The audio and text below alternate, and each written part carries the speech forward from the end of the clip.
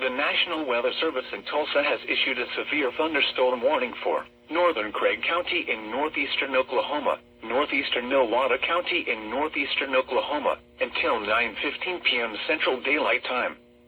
At 8:26 p.m. Central Daylight Time, a severe thunderstorm was located 8 miles east of Lenapaw, moving east at 50 miles per hour. Expected hazards include 60 miles per hour wind gusts and nickel-size hail. This is a radar-indicated threat. The following impacts are expected. Expect damage to roofs, siding, and trees.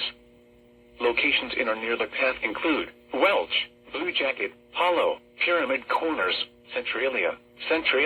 Remain alert for a possible tornado. Tornadoes can develop quickly from severe thunderstorms. If you spot a tornado, go at once into the basement or small central room in a sturdy structure. For your protection, move to an interior room on the lowest floor of a building. A tornado watch remains in effect until 9 p.m. Central Daylight Time for northeastern Oklahoma.